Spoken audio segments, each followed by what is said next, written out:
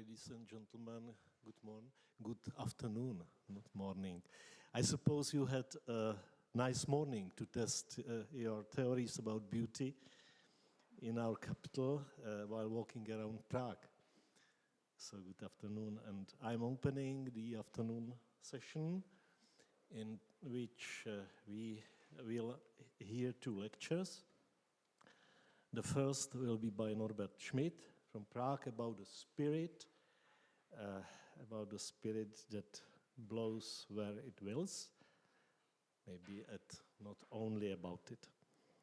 Norbert Schmidt is an architect and editor of Salve Review, and he has curated exhibitions, for example, in Prague churches, and we are happy that he will introduce us to artistic concepts that interest him. So please, Norbert, take the floor. Thank you. Hello, good afternoon to everybody. I have to apologize that my English is very poor, and so you have to ask if I'm not speaking clearly. And thank you to Professor Hanuš to invite me here, and I'm glad to be here with you and share this afternoon. I wanted only to speak about some, Professor Hanuš wanted me to speak some controversial or provocative things, so maybe we will have time to get at the end to it, but at the first I wanted to make only a small spotlight on the 20th century on the discussion between church, spirituality, beauty and arts. And the best phenomenon, maybe also the phenomenon which is linked to deep theological and philosophical concepts, and also, and this is unique, I think, up to date, to some realization with the best artists at the time. So I would like to introduce you to the Dominican brother Marie-Alain Couturier. He was born in 1897. He was a Dominican monk. He was a painter. He was a French man. He lived in Paris, and he wanted at the first time become a painter. So I was told he joined some atelier of Christian art and wanted to renew the Christian arts. And he has really good teachers, Maurice Denis and Georges Devalier. And they introduced him, the old masters, El Greco, and the masters of the Renaissance and the 19th century, the Reclora, etc. But also they let the young man in the atelier to read things like the magazine of Le Corbusier, L'Esprit Nouveau. So he was at the time in the best hands. And next to the Bible, he got the second Bible. And the second Bible was a book by this man, Jacques Maritain, Art Sacré. It was a breakthrough in the time and the thinking about art and theology. And the core, if I say it properly, was Jacques Maritain introduced the teaching of Thomas of Aquin in the new way, and he was thinking about the doctrine of transcendentals. I think it's correct in English. So unum verum pulchrum convertuntur. So there is the connection between the beauty, the truth and the good in another way that the church was teaching, or it's another way that was the teaching at this time, and it is another way that the Platonic view looks at beauty. So beauty is, in the Platonic view, is a shine of good and the truth. But in this teaching of Maritain and Thomas of Aquin, beauty is something connected with truth and good, but not closely, so closely, there is a distance, and beauty is something unique.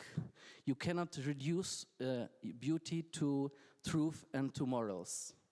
So there is a breakthrough in freedom for the Christian artist in this way. So you don't have to look at beauty only in the categories of morals, teachings, and doctrine, and things like that. This is a small point, but a really essential one. I think Professor Hannes was talking about it on Thursday. So, but it is interesting, but in the life and the work of Couturier, it has really long, great consequences, and this is the unique thing. He entered the order of the preachers, and he wanted to be a monk, a really good monk, but the superior wanted him to make art and to think about art more and more. So he was set to lead a magazine of the Dominicans, which was called Art Sacré. There were two editors-in-chief of this review. This was Couturier and Régamey, Pierre-Raymond Régamey, the second one. And it was a good tandem because they were all the time in a quarrel. Because Couturier was the emotional one, the artist, the bohemian one, the man who knows what is good art, the man who had the connections to artists, and Régamey was ordinary, very clever Dominican who wanted to have all things clear said and explained and things like that. So they find a good solution of the thing. Of this job, this beautiful magazine, they changed each other from one number to another. Yeah, and Régamey, after the death of Couturier, wrote a really nice book about Couturier's work and about the reflection of art and spirituality in the 20th century on the things they did. I wanted to introduce you the newspaper, the magazine. They had achievement. It was not less than to totally renew the Christian arts. They wanted to get away from these kitschy things they had in the churches, the totalitarian architecture they saw all around.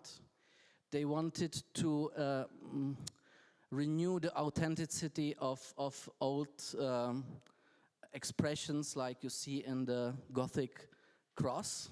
It's similar than to the expressionist arts.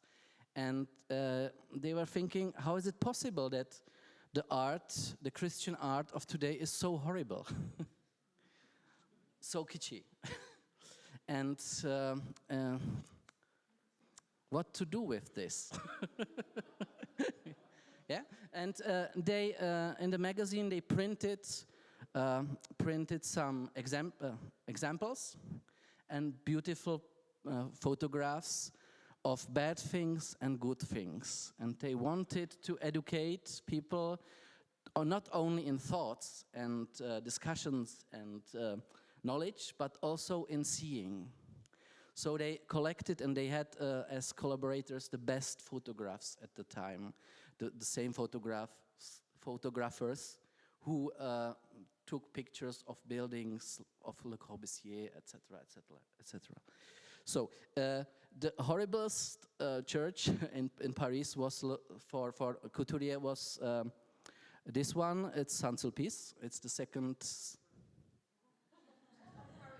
Sorry? Okay, sorry. So, okay. And Couturier was talking about all bad art, bad Christian art, like Saint-Sulpice art or Romanesque Vatican art, yeah, you know. So, and it's because it's so orientated in the past. It was finished in 1870.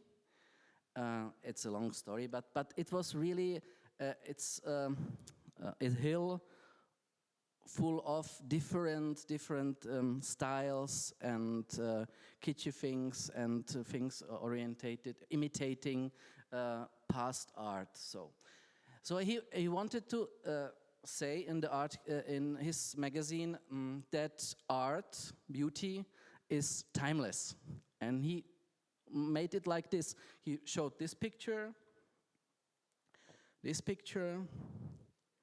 This picture, it's a building of Le Corbusier. He showed the Hoover Dam in America next to the theater in Delphi. And he wanted to introduce the people that you have to look at things and you see that the beautiful things of today are here. We don't have to look to the past, for example.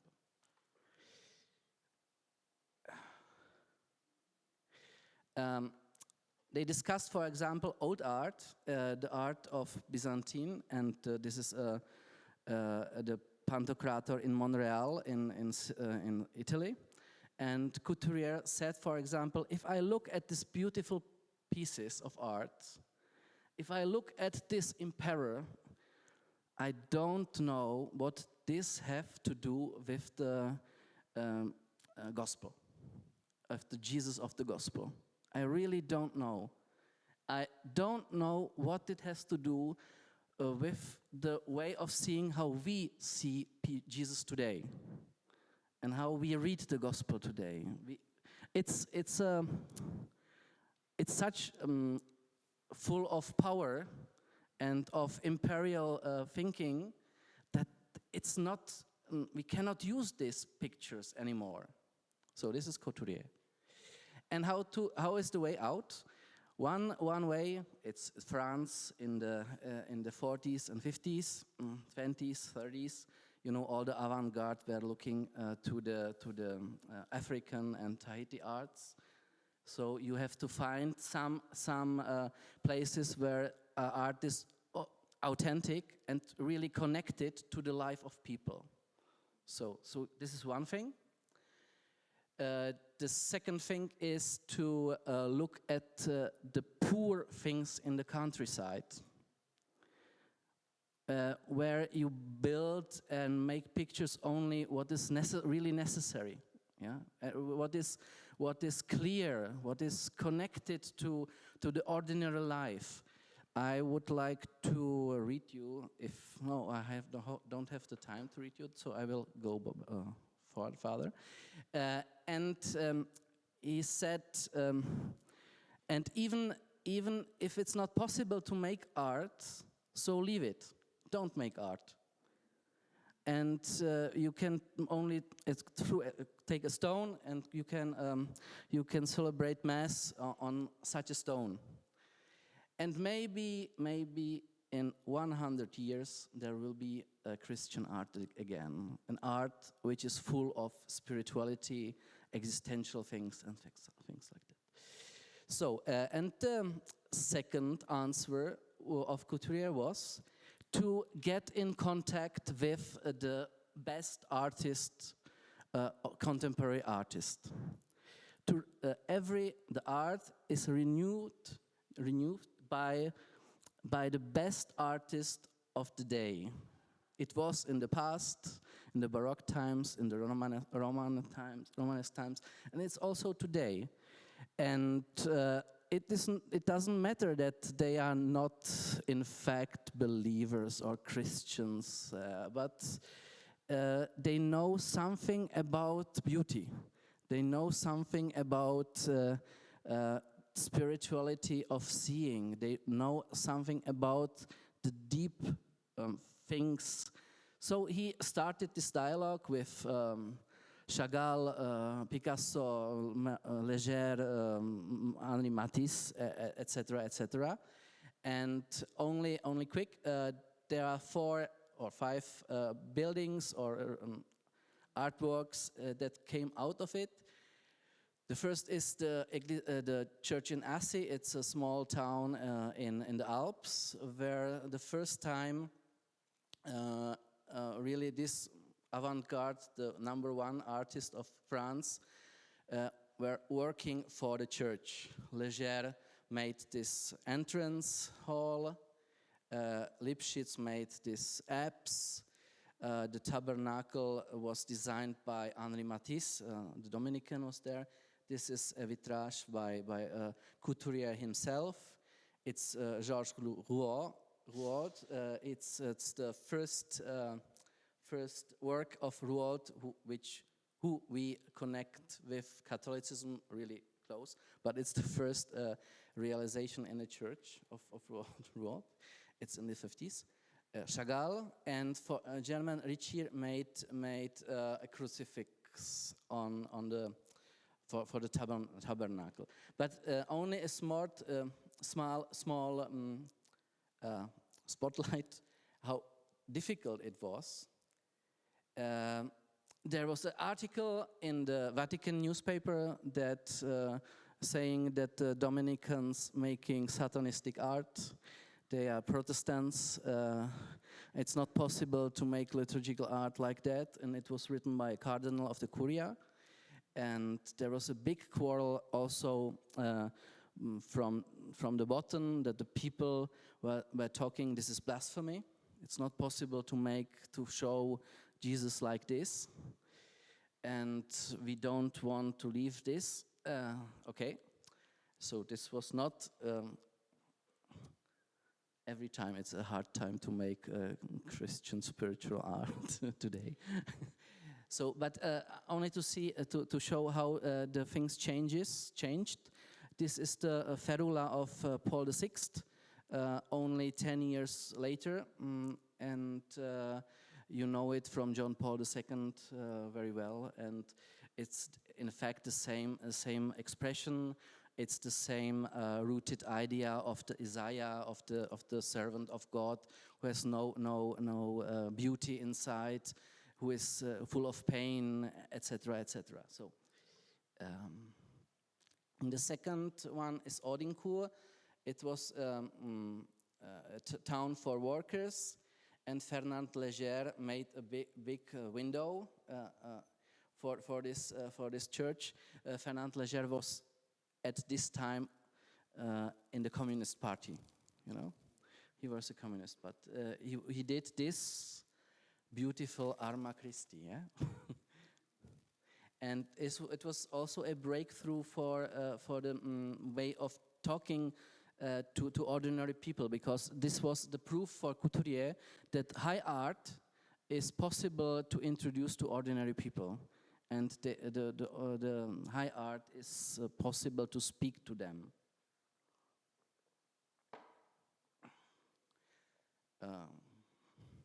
Once, the chapel of Once of the Dominicans in South France, this was really a big thing, because the sister Jacques Marie was asking the famous old painter Henri Matisse to make a small picture of the Virgin Mary, and he said yes, but he offered to make maybe the whole chapel.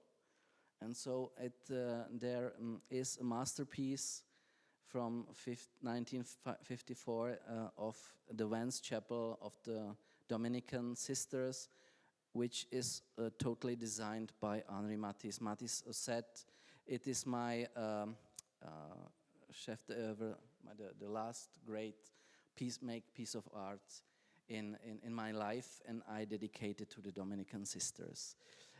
Matisse was working with these cutouts, you know it. He wanted to free himself from the art he was evolved during his the whole life. He wanted to get to new authenticity, to new expression. So he used scissors and make these things. This beautiful. There was a great exhibition in the Tate 5 years ago of all this art of peace. And Couturier helped him, this technique, put in the windows, and vitrage, and the width or the point of the chapel is that only the vitrage are in color, and all the rest is only black and white lines, and you will see it. And the second achievement of Henri Matisse, that he could also make art like the Aborigines do, which is authentic. So they used this long stick and painted with the stick.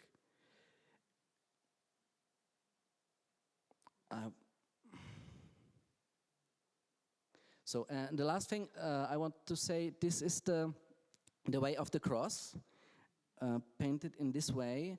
And as Picasso went to this chapel to see the artwork of Matisse, he was saying, I expected the beauty of Matisse, but no religious art, only the beauty. And the self-centered Matisse in his beautiful colors and expressions and like. But I saw this, and this is really great. This is another step of his art, and even in the to talk about the gospel and about the passion of Jesus. It's like the idea is quite simple. Matisse was reading the gospel again and again and again, and he made some small sketches out of the reading, and then he used this really fast drawn sketches to make this way of the cross, and he mixed it all together. So it's like if you come to the car accident and you have some impression of it, you make notes of this horrible event you see. And so he was trying to read the gospel in this way, and making art out of it. So it's not that he can free himself, and free also the gospel, the visuality of the gospel. So I think I have to end, and there will be no controversy. No provocative, but everybody knows it. So I will only show you to you really quick the masterpieces of Couturier, which he brought to the world, are the two masterpieces of Le Corbusier, the Roncham Chapel, and this is a masterpiece in architecture, the plastic way. It's a revolution in architecture as well, and it's a chapel. It's really poetic. It's a style of a statue, architecture as a statue, and it's also really good in liturgy, because inside you have the space for concentration. You can see it for small groups, and only really short. The whole chapel is an altar. In fact, if you have this big celebrations, or poutní kostel, jak se to řekne? Pilgrim church. So Couturier died, and the last thing he put in the world was that he convinced his brothers to build a new convent in La Tourette, near Lyon, and Corbusier was designing this masterpiece, and it's architecture of truth, maybe. It's really simple, architecture of poverty, architecture of light and good proportions. Couturier was talking in one of his articles, if you build churches, we need only 4 walls and a flat roof and good proportion or portion of light. So, and it's enough to build a beautiful church today. Okay, this is Couturier who made it to bring church spirituality together with the highest achievements of the art of his days. So it's really unique. So he was really successful in small pieces, of course. The average buildings of the church are different, and he was showing that spirituality, art, modern art, contemporary art has something together, something deeply together, and his legacy is not dead yet because of these thoughts of Maritain, of the new reading of St. Thomas of Aquin, which made possible this way. I was shortly showing you. It's not that because in the U.S. the Manuel Foundation, which were connected to Couturier, built this the famous Rothko Chapel with the column of Barnett Newman, and I think everybody knows the last pictures of Mark Rothko before his suicide. It should be a church, but the bishop did not allow to consecrate it, so it's only a gallery now. But we are in the Czech Republic, and the monks of Saint-Septon in France were connected to the Dominicans, and Père Régamet was a guest at the monks. They went to this monastery in France, and they were reading also the Art Sacré.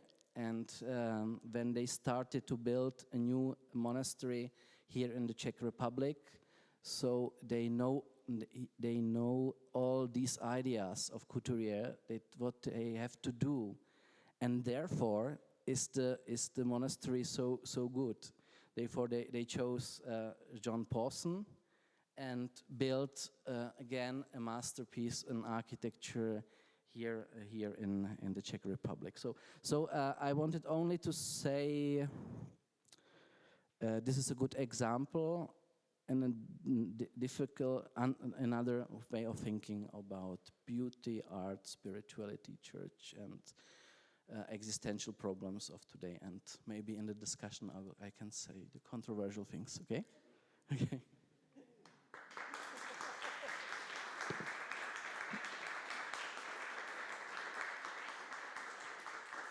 Thank you very much. I don't know if it's controversial, but we will see. But now, thank you very much, Norbert, and I am very pleased to present a lecture by my friend and colleague Martin Flašar from Brno, a musicologist who will tell us something about beauty in music. But perhaps I can reveal that Martin is not only a musicologist, but also a musician. So it is important because it creates music and through beauty. So it's yours. I thank very much once again to Norbert because he finished at architecture of Le Corbusier, which was actually part of my dissertation. Also, I'm a musicologist. I wrote about Le Corbusier and his collaboration with Yanis Xenakis and the Dominican Latourette was a part of it, of course. And today we will speak also a little bit about Yanis Xenakis. So when I have been, there are some problems with memory stick. When I've been asked to say a few words on sense of beauty in music, I realized that it's quite impossible task. After that, I told me that it's quite a challenge and why not to try that. So my first step is this insertion, which is, again, architecture. It's a complete accident, because in the last 2 days it was finished the competition for the new Vltava Philharmonic House in Prague, which should be built in 10 years maybe, but we know it takes long time and more money, as it seems from the beginning. And what interested me the most was the commentary of Martin Fendrich at Aktuálně.cz, where he wrote this. And the design by the Bjarke Ingels group is beautiful. It looks unusually airy, like a cyclist pedaling along the river in the morning. Without culture, we'll just be mice hunting for food. And I would add, not just without culture, but without beauty. We are just mice hunting for food. But back to the topic. My question is, how can be music beautiful?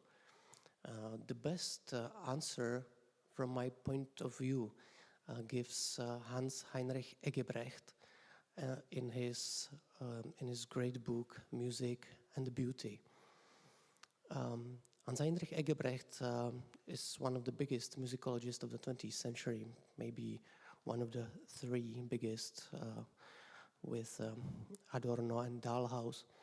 And he wrote that music aestheticizes even the ugliest reality through beautiful play, thereby distancing itself from that reality.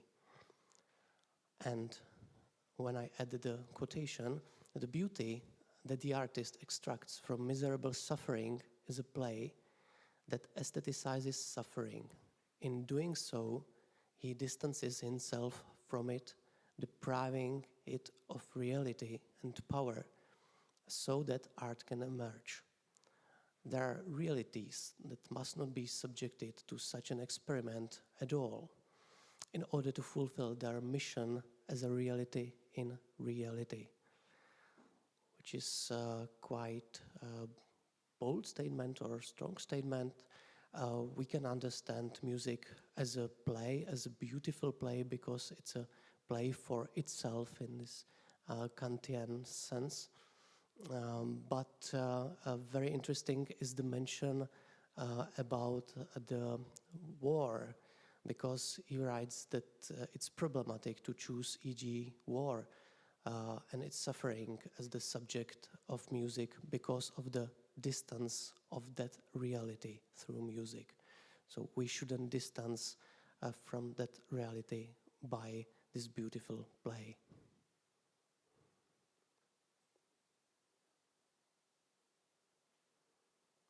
When exploring the beauty, we have, of course, a lot of postures or positions. Where can we stay?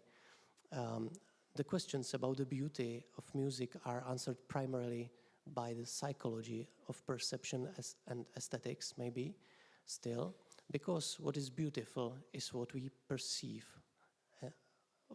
as beautiful. E.g., birdsong as a mean of communication is neither art nor music, but humans perceive it as a beautiful music. But for birds, it's just a way of communication, of course.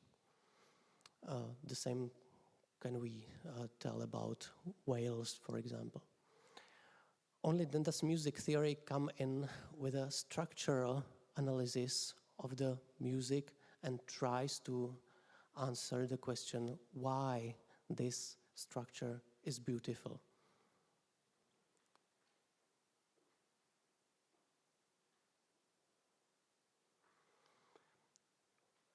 The continuation of the problem is, let's say, connection between autonomous and functional use of music. And the historical problem of musical aesthetics lies primarily in the fact that the essence of the beautiful was often sought outside music itself. We have imitation of nature in Clément Jean Nequin, chansons. At Vivaldi, everybody knows his Quattro Stagioni, for example. At Beethoven and his symphonies, at Mahler in his symphonies. The second possibility is depicting extra musical phenomena. For example, in Madrigal, we have Madrigali Guerrieri, actually war madrigals, which are depicting the war and the noise of the war. Or the symphonic poems. Symphonic poems are based on the extra musical program or subject. Then description and evocation of human emotions. We have the whole affect theory in 17th century in Baroque music, which depicts affects and human emotions. And also we must mention political representation.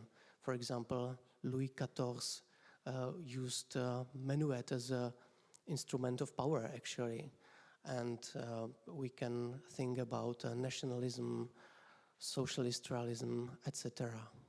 So these are examples of functional use of music. And of course, religious music is functional music indeed. We can say that every functional use of music weakens its value as an autonomous art, which is important for our next ideas. From my point of view, the most important thinker in this way was Eduard Hanslick. Eduard Hanslick wrote in 1854 his seminal treatise Vom musikali Schönen, on the beautiful in music, when he said this strange thing that the content of music is music, actually. He said that the content of music are sounding movement forms or moving forms. So that content of music is not, human suffering or battles or whatever, but just moving forms. It's a movement which sounds. It's very formalistic, of course, it's formalistic definition of music, but it's, I would say, everlasting definition of music, because it's not dependent on some subjective feelings or emotions. He tells something just about the structure of music. So with this idea, Eduard Hanslick coined the idea of absolute or autonomous music, whose purpose and value derives from the music itself, which was very surprising at the time. As Hanslick said, the purpose of music is neither to arouse feelings nor to portray them. Musical beauty is something specifically musical. It's a beauty that lies solely in the tones or their artistic combination, independent of any external content. The meaningful relation of exciting sounds, the harmony and tensions, the escape and reunion, the dynamic rise and fall, writes Hanslick in 1854. So this tonal material is meant to express exclusively musical ideas. Perfectly realized music idea, however, is a separate beauty and in itself, and not merely a means of material for depicting feelings and ideas. So the content, once again, of music is sounding, moving form or moving forms.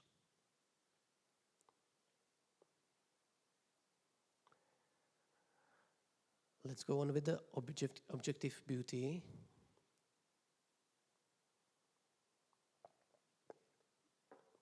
Of course, we have two possibilities. We can see musical work as something objective, and we can see it as something subjective. I will stay longer at the objective part and then make a short remark on the subjective part. The objective beauty lies, of course, in form. We have the long history of consonance, of harmony, found from Pythagoras, Saint Augustine, Boethius, Albertus Magnus, Thomas Aquinas, and others. And we can trace this view until 20th century, because 20th century brings kind of return of this Pythagoreanism in the forms of dodecaphony, serialism, multi-serialism, or even algorithmic computer music. Still, we work with numbers, we work with even geometry sometimes. Vladimír Tichý, a contemporary musical theorist here in Prague at Academy of Music, wrote that this is no dispute that both in an analytical view and in simply listening to Bach's art of fugue, one cannot but admire the amazing and attainable sense of order manifested both in the whole and every detail of the work, and in the rich network, in the rich network of its internally organizing relationships. In terms of compositional technology, this work is an example of the higher mathematics of compositional work. A similar tribute can be paid to the works of Mozart, Beethoven, and Brahms. So it's a higher mathematics, very objective, formal seeing of the music.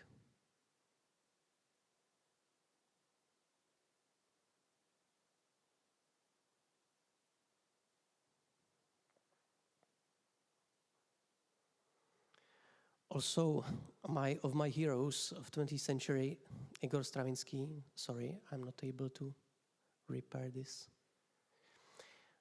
Igor Stravinsky told that exclusive function of music is to order the passage of time and to maintain order in it.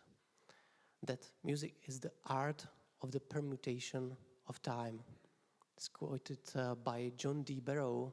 We have already been talking about the first day in his great book, The Artful Universe. So we can say that sound elements make music only when they are organized, and this organization presupposes conscious human activity, says Stravinsky in his lecture of music, in his Poetics of Music.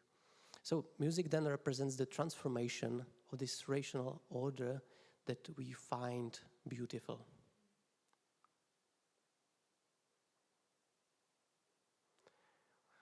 Very interesting insertion in this topic is Milan Kundera, because we know Milan Kundera not as a musicologist but as a novelist between Czech and French milieu.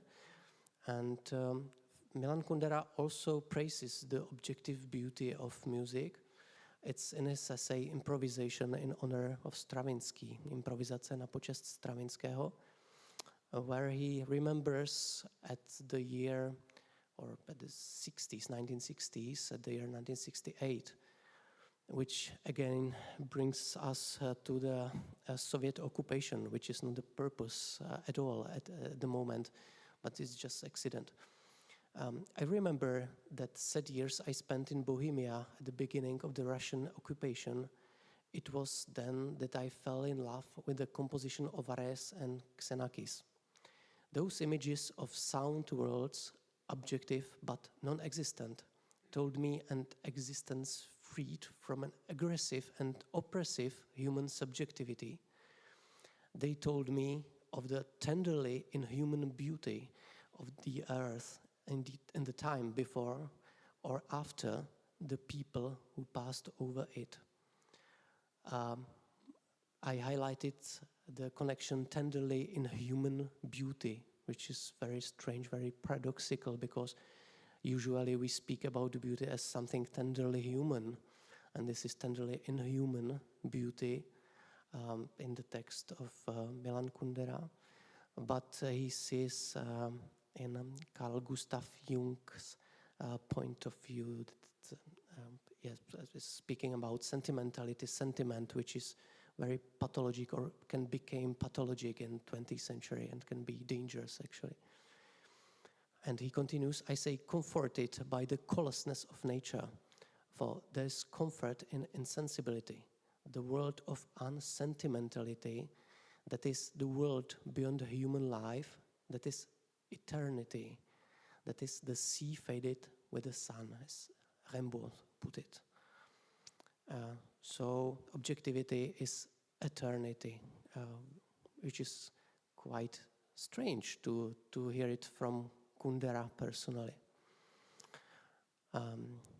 Yes. Now, small remark to subjective beauty of content. We have beauty of expression, beauty of emotions. We have subjective tendencies in music, and I would be very afraid to make it some diachronic system, because we have eras in the history of music that are more subjective, eras that are more objective, and we have actually no era where the music is just subjective or just objective. It's impossible actually. It's connection of both, as we know. But if we would like to play this game, to think about subjectivity in music, there is very strong subjectivity in music. So we can have a look in, let's say, lyric poetry, love lyric poetry of the troubadours, or trouvères and minnesingers of the middle age. We can think about Renaissance chansons and madrigals that sing of human joys and suffering. Already mentioned Baroque affect theory applied mostly to opera, Baroque opera. 18th century Gallen style and empfindsame Stil, sentimental style in translation. Or in 20th century Romanticism or Expressionism, which is based on expression of human feelings and content of human soul.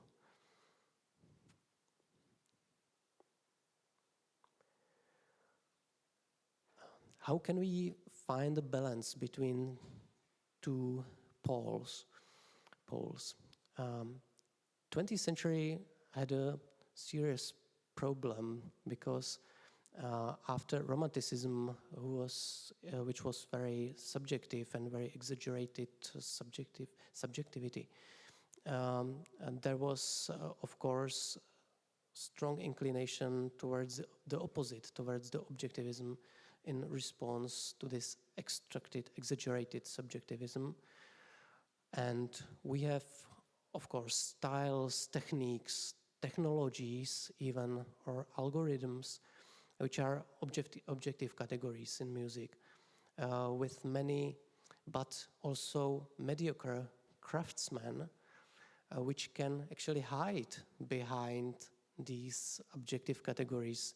When you are just average composer, you can hide behind the style, hide behind the technique, hide behind the technology, and it's quite usual.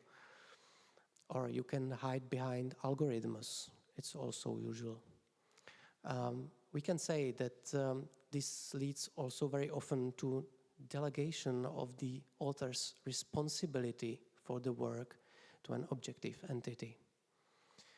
So my conviction is that great artists have always tried to find a certain balance between objective and subjective principles in music, and we can call them either rationality or irrationality, style versus idea, form and content, technique and expression. And the engine of innovation has always been individual performance. After all, the history of music is history of individual artists. It's also, yes, we are trying to make schools, we are trying to make groups, We are trying to write histories in lines to connect people between, but everything is these are construction, actually, are rational constructions. Music is very individual thing. Stravinsky, as a remark to this mediocre craftsmanship, remarked that this composer could be called pompiers de doux son, 12 tones kitchers. Pompier is something like fireman also, but you can translate it also like somebody who plays with a scheme, with a template. The problem with the new music was that it often confused technical means with ends, that it was very much concerned in 20th century with techniques and technology, electronic technology, but it's not the end of music, it's just the technical mean of music. And I think that the more prophetal composers could see that just technology is just mean. It's not the end. It's not the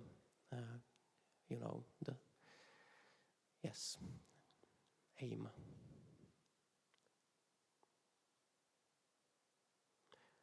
So the question of today's conference is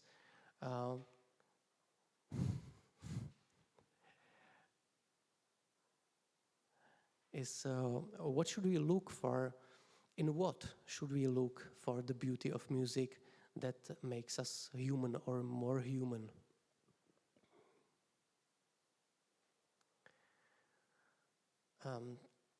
The conclusion from my point of view is that human is neither subjective nor objective. Objective creature is nor rational nor emotional. It is really both together. Also, his music must be intersection of subjective and objective influences. What is human in music is often as awkward, imperfect, provisional, ephemeral, and limited as we are. If we find in music the actual human experience of the world, then the music is true and beautiful in its truth. Oh, well, I think that truth and truthfulness is much useful category maybe than beauty is. Thank you very much for your attention.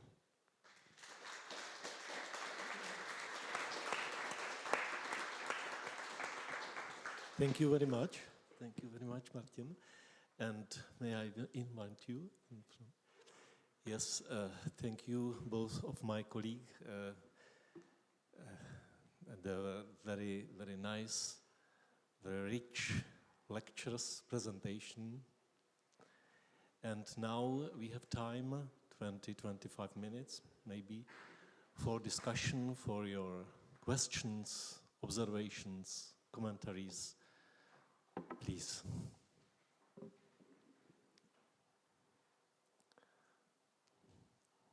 Who wants to start? Yeah, Aleš. I would like to ask Norbert Schmidt, because I see a great gap between the end of Couturier and then the last example, the next example is Nový Dvůr, and what was between. So, I mean, if there was any continuation to Couturier. There is a gap, and there will be a gap, and there is 200 years a gap in between the church and contemporary art, and it's not better than in the time of Couturier. Maybe it's worse today, I don't know. But I wanted only to show that the ideas of Couturier are not dead, and there are some exemptions that they were connected to this ideas of the French Dominican who was in contact with the French avant-garde, and not in the way that there are some people they catch the principles how to communicate between artists, clergymen, spirituality, and how you can connect this. So this was only the thing I wanted to say. And then Nový Dvůr is an example of a direct contact of this. We know it that the monks has got these magazines, and Regame was often in this monastery. Thank you. The next.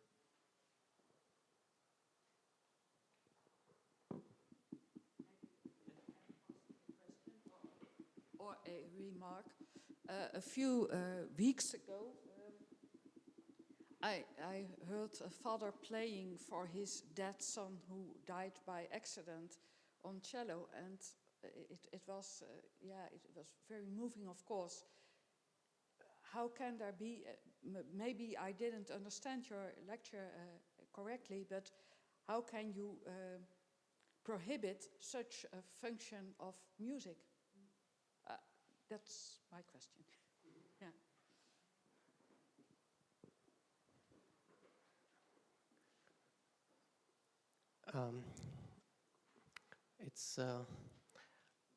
I think the subject of the talk was about looking balance between subjectivity and objectivity in music. When you might play for your dead son, there is nothing objective on it, I would say. It's very subjective. It's a very intimate prayer. It even hasn't have to have a structure. I've been talking about music that is composed. Composition is making of structure. When you play, you can play, of course, very subjectively, with almost no objectivity. Of course, you have to respect your instrument, you have to respect the tradition, you have to respect your education, but in this sense, it's very absurd to think about these categories, I would say. Actually, I'm not able to answer to this question because it's a very special moment, which, okay, I can see no objectivity in that. It's just subjective.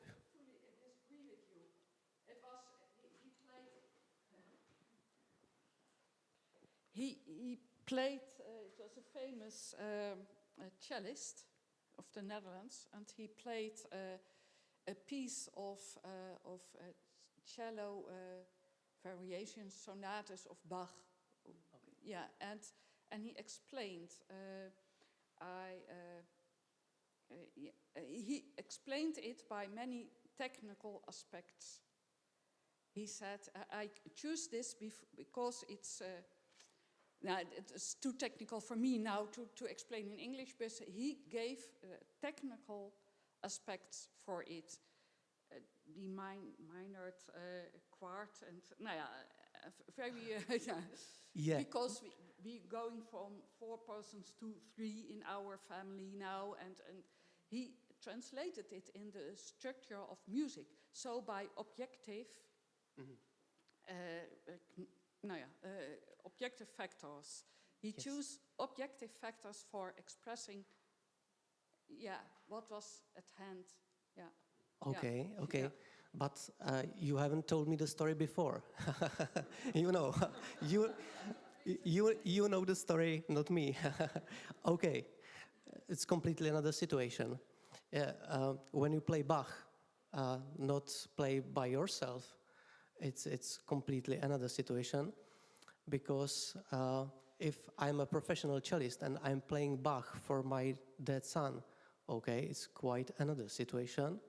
Then I must say that it's very objective, in the opposite. And Bach also, that's a good example actually, because Bach wrote his solo sonatas and partitas for his dead wife, and it was actually the same. His wife died, and he wrote this music cycle, and he put a lot of mathematics. How to say it, connections in it. You can analyze this by numbers. It's a very rational structure. There are long analyses of these pieces, which presupposes symbolic of numbers Bach used in this composition. So this is really the combination of subjective and objective, because you use mathematics, you use music composition, and you compose it to your dead wife, which is quite strange, I would say.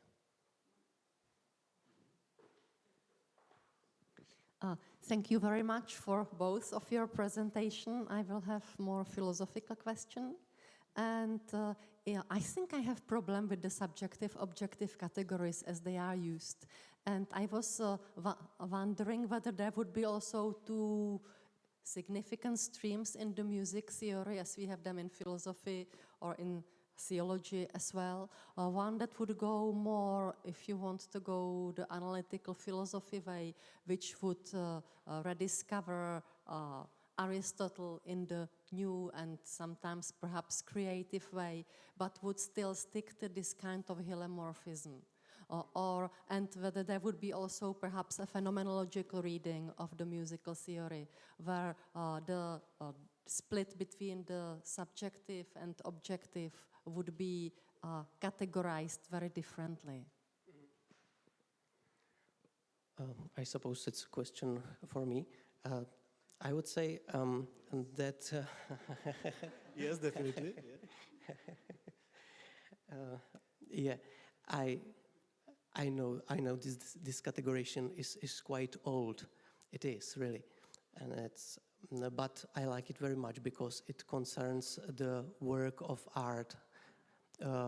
Because if you are talking about music, and you are talking about music as a perceptive, from perceptive perspective, or from sociologist perspective, or any other perspectives, you are distancing from the music itself. I like this formalist, structuralist point of view of the work of art, because it's something you can argue about, actually, I would say, because it's done, it's a structure. You can analyze it. It's something you have in your hands. I just like it. I'm sorry, but it's something I feel like something stable in musicology, because we have a lot of new musicology. I don't know, whatever. But this, I feel that this beginning of music is the work of art, the work of music. There starts the music, and the rest is the bubbles around, maybe, for me. Yeah, I think there would be, there are so many theories around, and I do not want to go to every one of them. But I think with some phenomenological approaches, it may just, if it takes music out of the value, for example, it may take it the music as the starting point and end point, as you spoke about it, rather than explaining music by something else. And I think in this it can be hopefully close to what you try to express that is so dear to you. And I think it may also help to express perhaps differently the relationship between the one who really hears and appreciates the music. I don't mean only the one who listens to it, but I mean the one who hears it and the one who gives it. Yes, thank you very much for this remark. This point you are mentioning was picked out in the 1950s, let's say, by Pierre Schaeffer in France in electroacoustic music, because he used the phenomenological method for composing these very technical music, seemingly, but he tried to use he was speaking about several grades of listening. Yes, I think 4 grades of listening, from just I hear it to I'm deeply listening and understanding the structure, understanding the sounds. And he deliberately used the phenomenology in music because he worked with musical objects, in the sense that he recorded the music sounds in the world, let's say in the railway station, and then he wanted to get these sounds, this object, out of their original context and use them as object without those connotations. So he used this kind of phenomenological reduction, we can say, for music, for sound object, which is very interesting. Yeah, thank you. Yeah. Thank you very much for both these papers. There would be much to say to Norman Schmidt, but I will focus, if I may, a bit on your paper. And I had the impression that there were points where you felt compelled to say, this is just that. Birdsong for birds is just birdsong. And I would question that, because especially about birds, there is such a big corpus on the importance of birds for themselves and for us. If you look, for instance, in Leopardi, in the Zibaldoni, and in the Operette Morali, Leopardi says that the bird is really the most joyful creature because it spends its life singing, and it's never just birdsong. And also, I would add to the music you mentioned, Ralph Vaughan Williams, the lark ascending, and I would point out to you that there are musicologists of birdsong, and this is serious because there is a culture among birds, and you can show that a lark in Morocco plays a different bird song from a bird in the north, because they have been listening to us making music. And so they also have their musical traditions. So that would weaken your point, and it would speak of a wider common ground. Yes, the birds and music, it's a very difficult topic because, of course, we have a lot of birds in music, and also in 20th century we have a lot of birds. We have Olivier Messiaen, who studied birds, and he was also synesthetic, so he had a colorful color hearing, and he combined it also with bird songs. But what I wanted to say, and maybe it was bad said by me, but I wanted to say that I'm not sure that birds are aware of making music. I wanted to say that the birds are communicating between among other birds, but we are perceive it as music when on the earth is nobody, just birds. I'm not sure there's music. It's music for people. We just hear it as a music. I don't know. Portman has another point of view. Yeah. Thank you very much for nice papers. I would like to ask Norbert two things. The first, the promised controversy that you promised that you will reveal in the discussion. So I would be interested in it. And the second, why do you think that the bad art or bad architecture or the kitsch is, in general, I think much popular among the people, or less controversial than the good art, I think? I think it's connected, these two questions. I think it's up to the people. I don't know if, I think there is a problem in the church with art, and why is it so? That's the question. But the controversial, maybe we can come to it. The controversial is I have not a problem with objective or subjective side aspect of an art piece, and as an architect, I see it quite clear. It's not for me a problem, but I have a general problem about conferences about beauty in theology. You know? It's the main controversy. Yeah.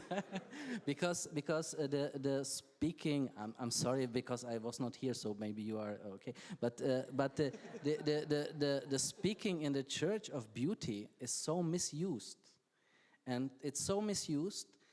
We have to. What is beauty? And we have to. And you see it on the popes when they talk about beauty, how different it is, and different things they think about if they think about beauty. And so, and this is one thing. And the second thing is that there is, we was discussing with Jiří Dosoudil, who will have a beautiful paper in the evening, 14th days again. And so, how is it connected, this great talk papers and speaking and theories about beauty and theology, how is it connected with the real world and with the real art world? And this is what I was trying to show. It was an attempt to combine these things. Couturier was thinking about to combine this, you know, and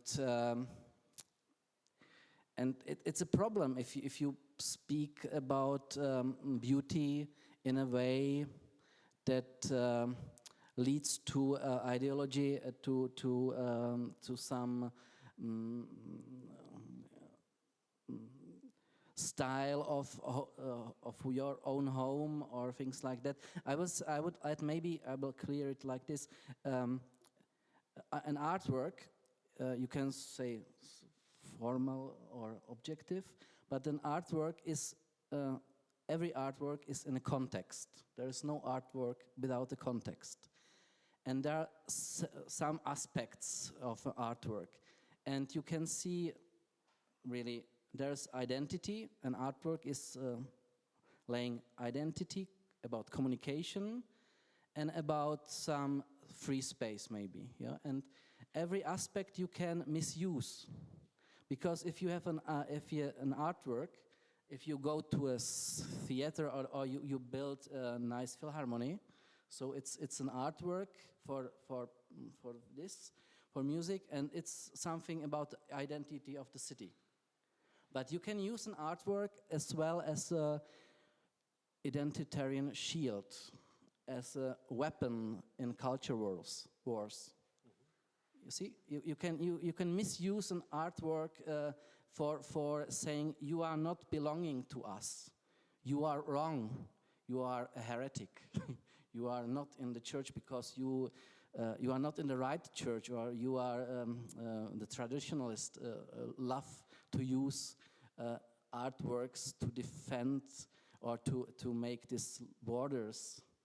If you look at the visuality in the US, as some Catholics has, so you see it. They use architecture, they use music even, they use artworks for this culture works.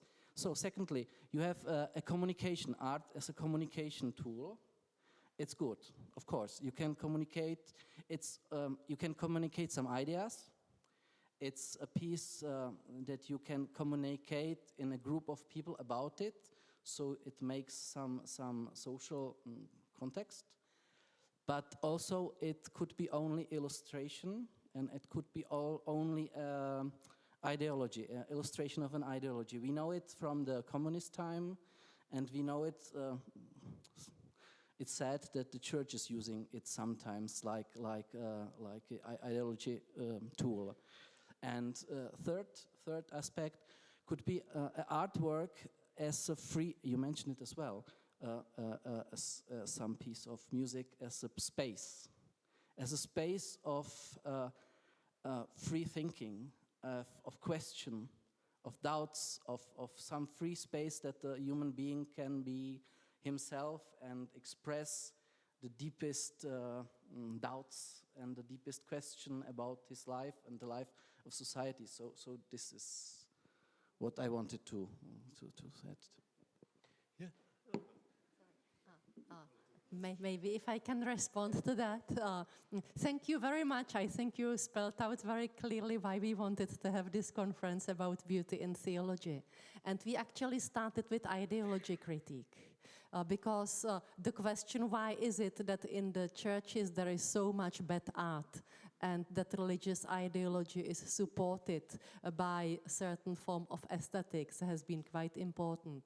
But also, I think at least I tried to work with the understanding of beauty that transcends the aesthetics. But if you want to say that, does it mean that there are no other criteria after that? So I think this was part of the way which we tried to go with the theme and maybe try to be more sensitive towards inviting real art to the spiritual realm.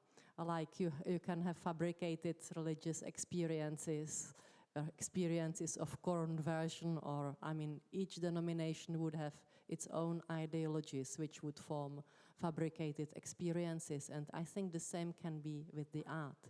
But if this is taken away, what stays? Because with the aesthetical theories, like if you take Adorno, for example, and the value of truth which is there, or you can take others with the values of justice, which would, I think, relativize the aestheticism, which could be of service to anyone.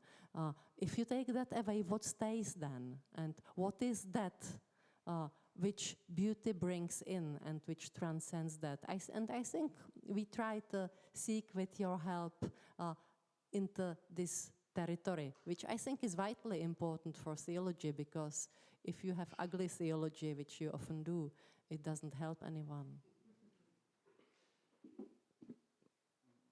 I agree with that, but I heard a lot of lectures and a lot of books about art and theology, which doesn't have no contact with the reality, and therefore it was my question. And you doing it right. You were at the Brno, you saw an example as well. But clearly, what I wanted to say, what is the problem that John Paul II, you know the writings, or shall I make more? So talk about. So in my point of view, there are two John Paul II in a way of looking at art and beauty. Yeah, because there are the young Pope. The young Pope, you saw the young Pope. He has got beautiful speeches in Munich and in Vienna, 80 and 83, about art and beauty, and he is connecting it with public space, and he's talking about it, that we need the dialogue, we need the autonomy of art and artworks, we need art for that we know what is in the human being, that we as a church we need autonomy art, and the way of the church and of the art is the human being. and to free the human being and to make the ideologies away, etc., etc. And we need this prophetic input of art. So this is the young pope. This is the young pope. And the older pope is in the letter to the artists, and there is nothing about this. There is not a sentence about this perspective on art and church and spirituality. There is only a saying about transcendence, about beauty in a Platonic way that leads to God. It's nice, it's perfect, and it's true, of course. But there is then only a long sentences about Christian art and the history of Christian art. But there is no connection to the real life in the second, as I read it, in the second part of the pontific of John Paul, the John Paul II. Okay. I like expression like young pope. Yeah, yes. So the next. Well, thanks very much for both your talks. I very much enjoyed them. Well, I belong to those people who have spent their lives writing on theology and art. And it would interest me greatly about all the writers who you would sort of say condemn and say, well, they're not really good. That's one thing. The other thing is, I think you brought out very well on Art Sacré, Couturier, Regamé, people like Paul Tillich would be Dillenberger in America, Günter Rombold. I think these people have said, very important things. Horst Schwebel. So, do you disagree with all of those writers too? I don't understand the question. I don't disagree with Couturier and Regamé. No. That's what you said. There is so much writing, like, for example, what you just said about John Paul II. Yeah. In his letters to art, the artist. I like Günter Rombold. I like all the Horst Schwebel, all of the things. Okay. I know this all. I know the poetic dogmatic of Alex Stock. Yeah. Great things. But if you have some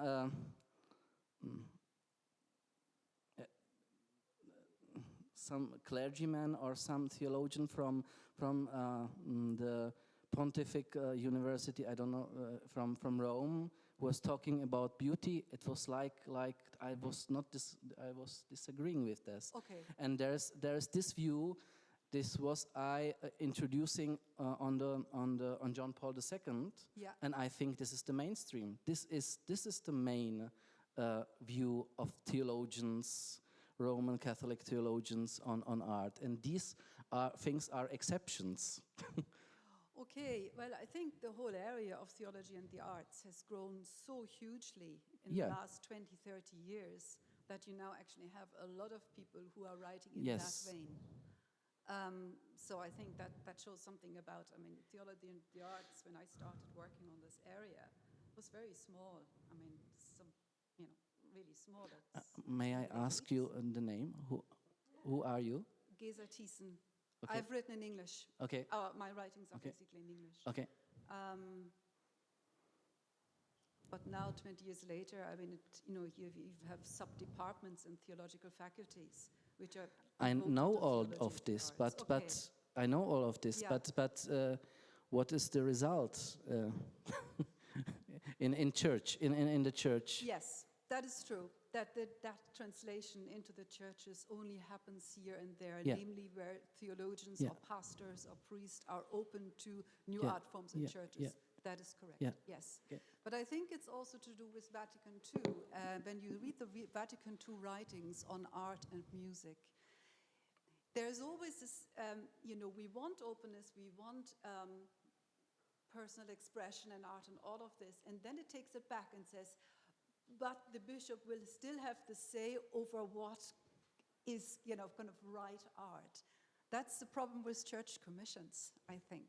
There's always this, how far can you go to be provoking, inviting to reflect, and when is it just shocking, or, when will bishops actually say, no, we can't put in this in a church? But I think there has been some change there too, but in pockets, not everywhere. I think it's in pockets, but may I add something to you? Yeah, that I don't think it's only the problem of shocking and non-shocking, but it's a problem even to get to know who is the best artist and architect. There is a gap between I see it here in Germany, and in Germany it's better, but in our church, that the quality of church architecture is like the quality of the common of the town hall of the common. Yes. And if you want really good art, it's private, or it's some exemption of some wise mayor, you know. That's true. Yeah. Yeah, and Yeah. it is the same in the church, and it was not in the past like this. No. Frank Stella was talking about the dictatorship of proletary in the church. Yeah, I mean, it's going back basically to, in the Renaissance, you had the best artists for the best churches. It's as simple as that. And then it declines. And in the 19th century, the time of the questioning of religion, of course, all of that went down. And now again, there is a striving for better art in churches. So something hopeful anyway.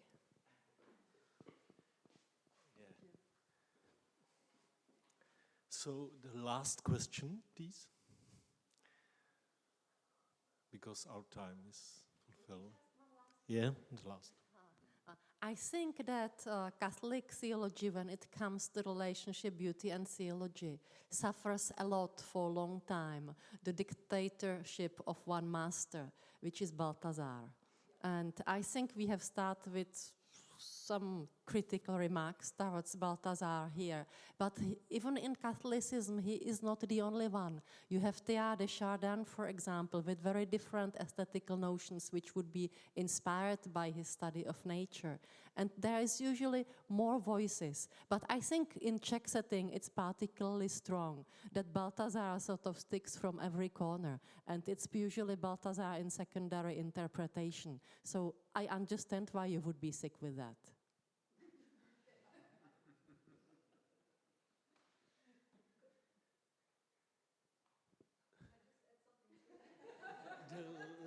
The last question. I totally agree with Ivana, by the way. I think it's interesting reading Karl Rahner's articles on theology and the arts. And most people don't know about them. Even scholars on Rahner do not know very much about that. But he's actually written about 16, 17 articles, which make up a whole book on that theme. And I think it's far more inspiring than Balthasar. Sorry, even if you compare Ratzinger and Romano Guardini, yes. So there is a difference.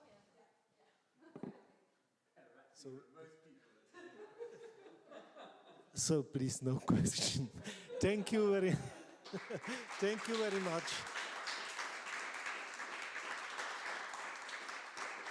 Thank you very much, Norbert Schmidt and Martin Flašar. And